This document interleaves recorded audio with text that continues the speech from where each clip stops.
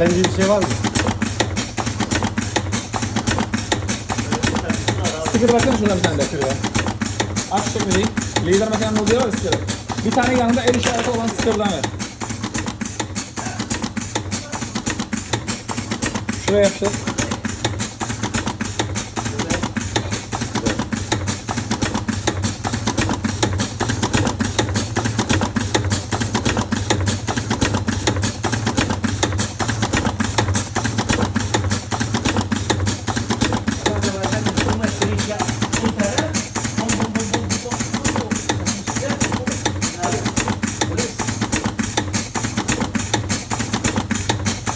Taze.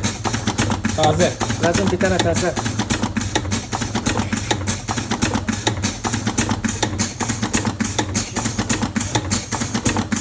Beğendin mi kardeşim makineyi? Arabanın bagajı açık, koyacaksan koy. Emin, operasyona başla.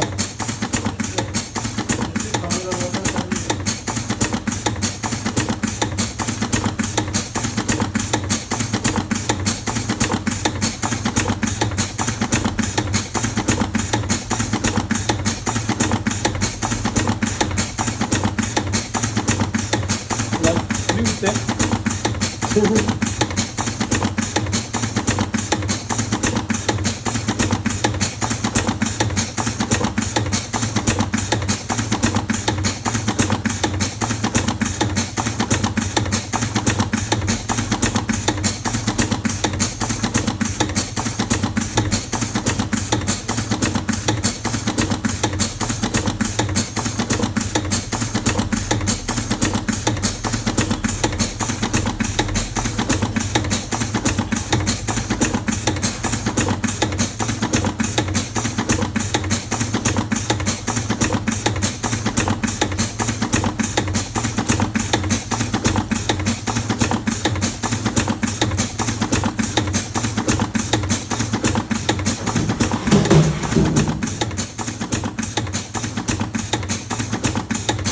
Tam videoyu kapat istersen yeter lan.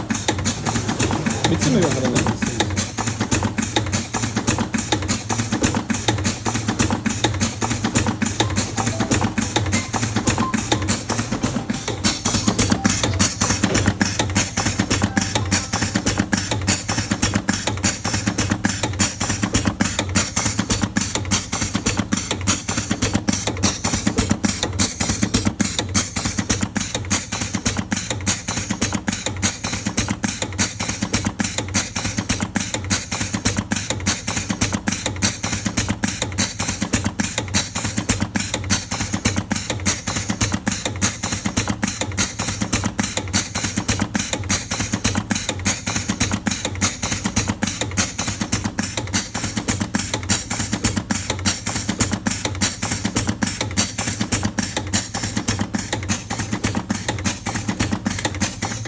Şunu göstereyim bir.